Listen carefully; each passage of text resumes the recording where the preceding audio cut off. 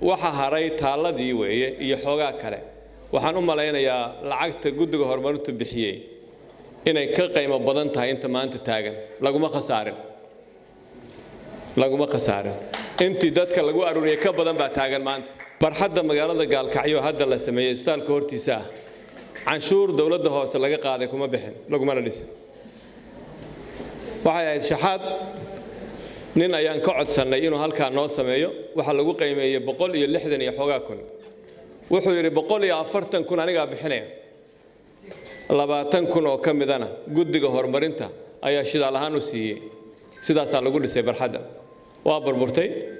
laakiin shirkad aanu tartan gelinay oo aanu canshuurta lacagteeda ku bixinay dhismahaas ma ahayn waa soo abaabulay waa ka soo shaqeyn